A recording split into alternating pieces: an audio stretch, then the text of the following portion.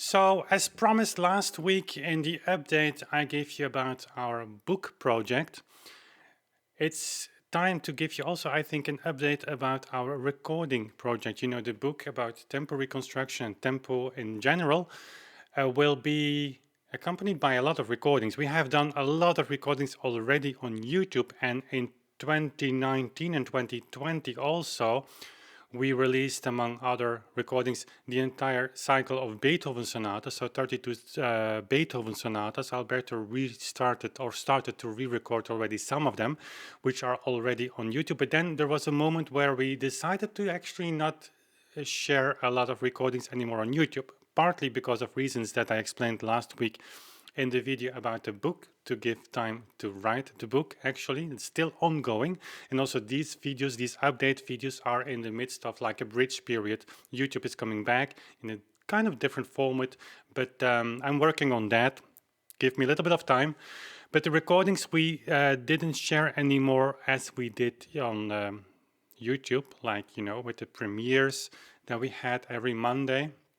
It's actually incredible if you think about the fact that in almost during 1 year, we released one full sonata or one full piece every week, every Monday in a premiere. And then oftentimes there was even a Wednesday video that either talked about the piece that we performed or just had something to do with tempo reconstruction in general. So we had an incredible year on YouTube, but then again, I'm not going to repeat everything that I said in the previous video.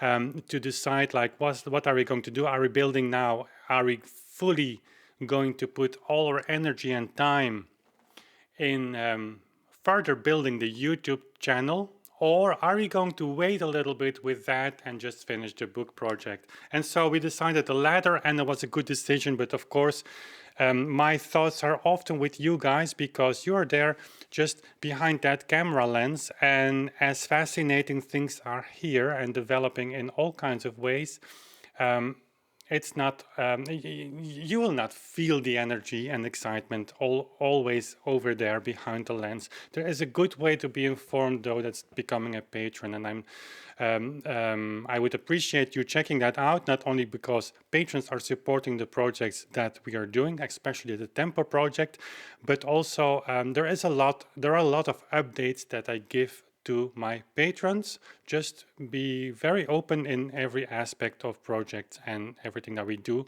with them. So if you really want to be on top of everything in detail regarding the book, regarding the organ project, the Leuven projects, there's more information over there. There are actually a lot of videos that I only share on Patreon.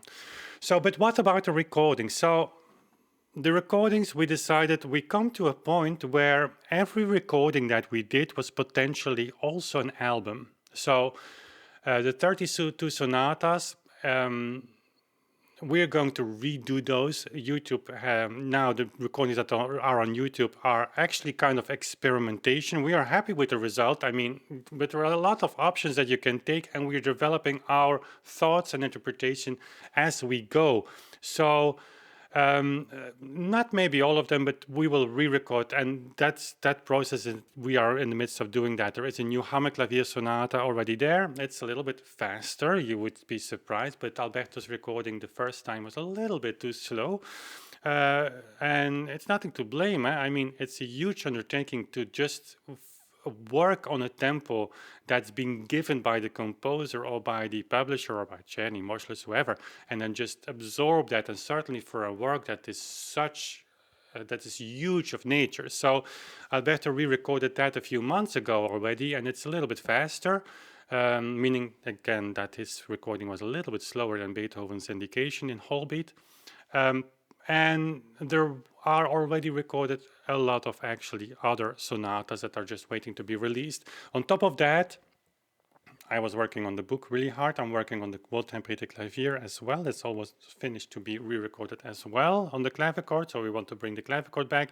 I'm working on organ recordings, obviously with Bach's music. That's all a new element that's coming on top of everything we did, so that those recordings obviously are not made. But as we speak, Alberto recorded the full cycle of etudes on my Fritz, which is an incredible experience to hear those pieces. Chopin came from those pianos, you know. The transparency of that piano is unbelievable. But they're done, they're edited, they're not video edited, but audio edited, so they could go on CD tomorrow. And the preludes are done as well. So of Chopin. Also on the Fritz, we miss a few notes in the bass, but you actually don't hear that very much. We can just organize a little bit with, you know, transposing the octaves in the bass. So that's not a problem. It's something you have to take into account. But the Fritz piano is here. We have a Pleyel 1838 that's actually waiting for restoration, but it's not there. That piano is here and it sounds just fabulous. Everybody who's here, also the builder of the fortepiano, it's just blown away by the effect of Chopin on that piano. Anyways, that's done.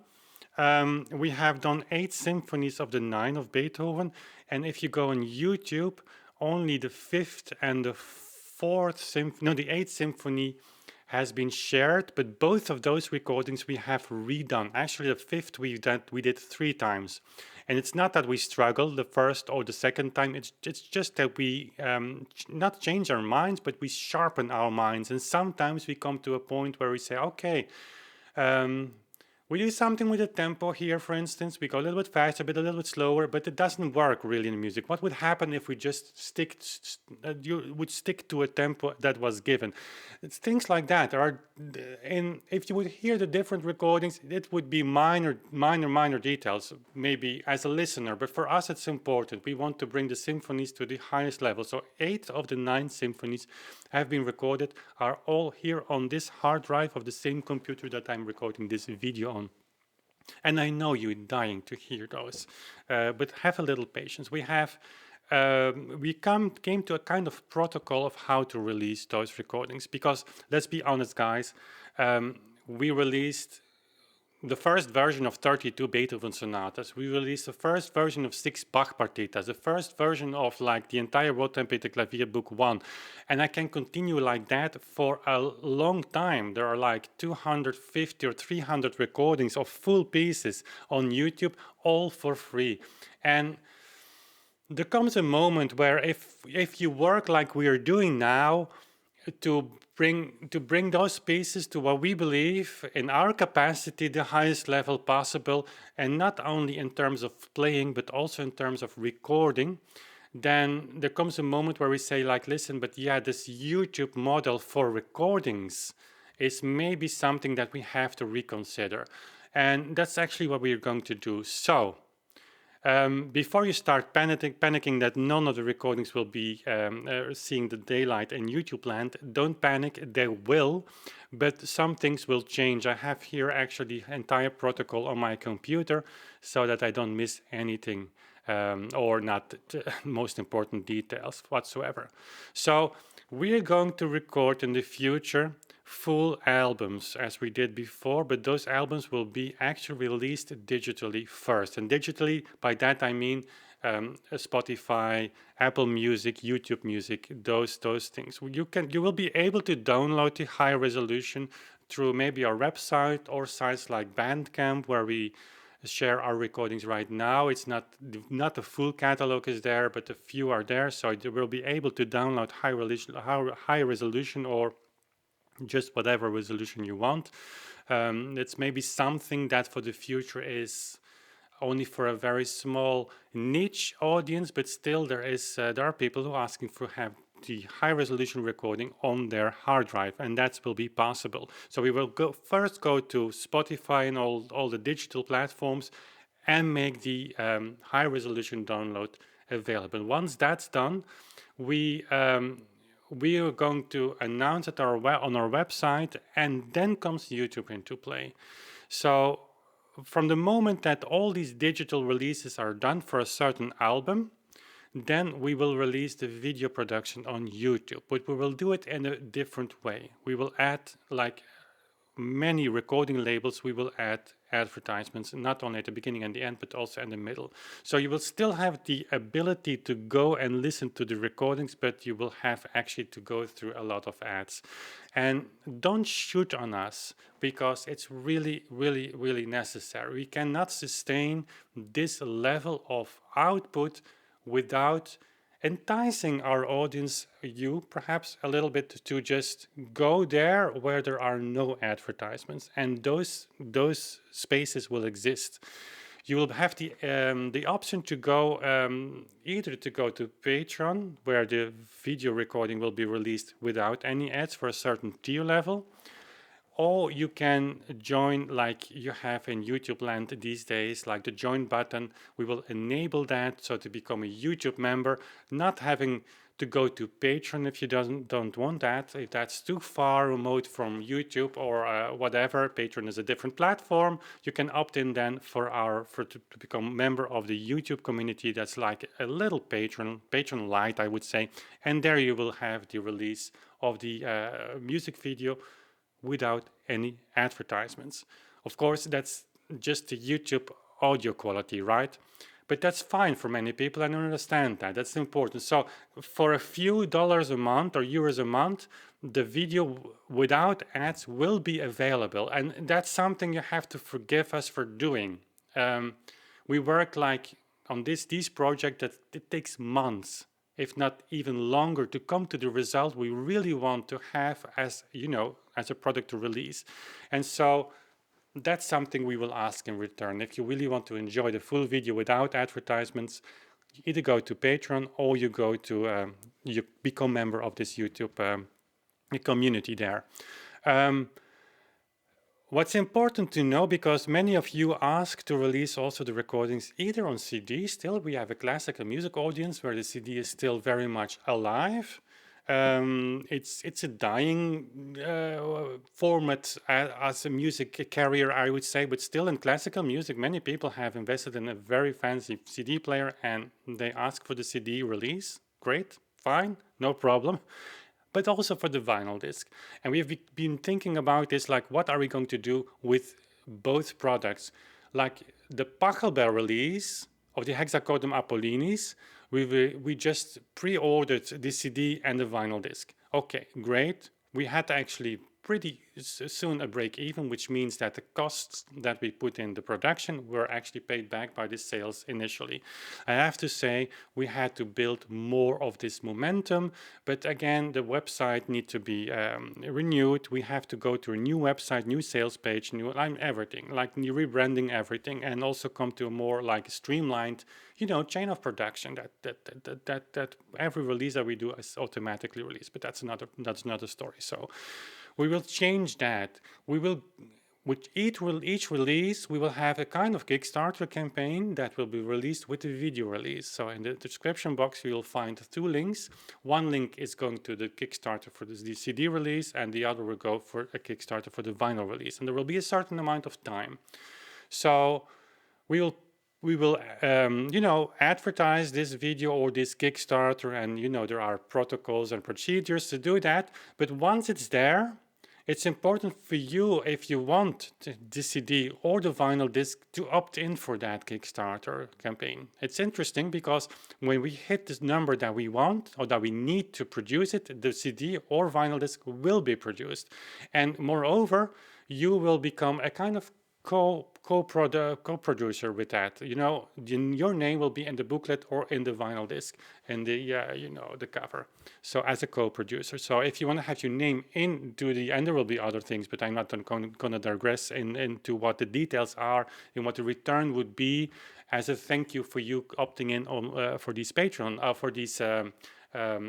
Kickstarter campaigns, but one of those will be that your name will be mentioned, or potentially you can also choose, of course, not to, but I mean, you get my point, will be there. And so when we hit that threshold, then the production will be done. So it's also an opportunity for you, if you want to have the vinyl disc, and I know those communities are very, very strong, then it's maybe also time to just gather some attention within your own circles to help us produce these discs, and then they will be produced.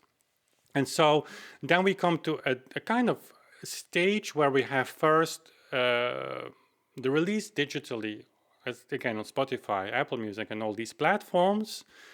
Then we go for the release on YouTube, where we have different tier levels, like with a lot of advertisements will be for free. You can opt in for the YouTube community or Patreon, where we will release the video without advertisements. And when we release that video, we'll give you the opportunity to opt in for the release of the production of the CD and the vinyl disc. And so that is actually, looking through my notes, that will be actually the way we are going to continue or proceed with releasing these recordings. So, well, there you have it. That's actually for the future. The first recording that we are going to release as a tryout will be the Alberto's Preludes of Chopin. That will be, hopefully, and I'm sure, no, it needs to be this year. So before Christmas, and we will see how it plays. When we release a recording and we do not get the threshold of the numbers of people opting in for a Kickstarter to produce a CD or vinyl, there will be no CD and vinyl. We can do it again a year later or whenever we feel that the time is ready for that, but then we can, this procedure enables us to release the recordings actually without having to worry too much to actually also, you know, regain the cost of the production, because it's an expensive matter, right? So, well, I hope that answers your question, because I hear a lot of you ask when do we get some new recordings of Beethoven and what have you. So there you have it. We are working in full speed. Certainly Alberto is coming in the next weeks with the complete ballades of Chopin and the complete scherzi of Chopin. Yeah, you hear me right. So he's working on the complete catalog for Chopin's music. And I will be soon with you also with the Wohltemperiertes Klavier. And I will be starting, but I will be for next year, spring something, well, a rather long chain of recordings of Bach on organ, and then I will return, of course, to the pianoforte as well. There are 3 instruments that I need to mix, and that's not really easy. So, guys, I hope to have given you with this, well, some background information. We are alive and kicking, also the recordings, and you will see them very soon on the channel appear in this format. Okay, thanks for your attention. Thank you for being here. And as always, like and subscribe to this channel. And if you really want to push us over the limits, go check out our Patreon page. Okay, thank you so much. See you soon again.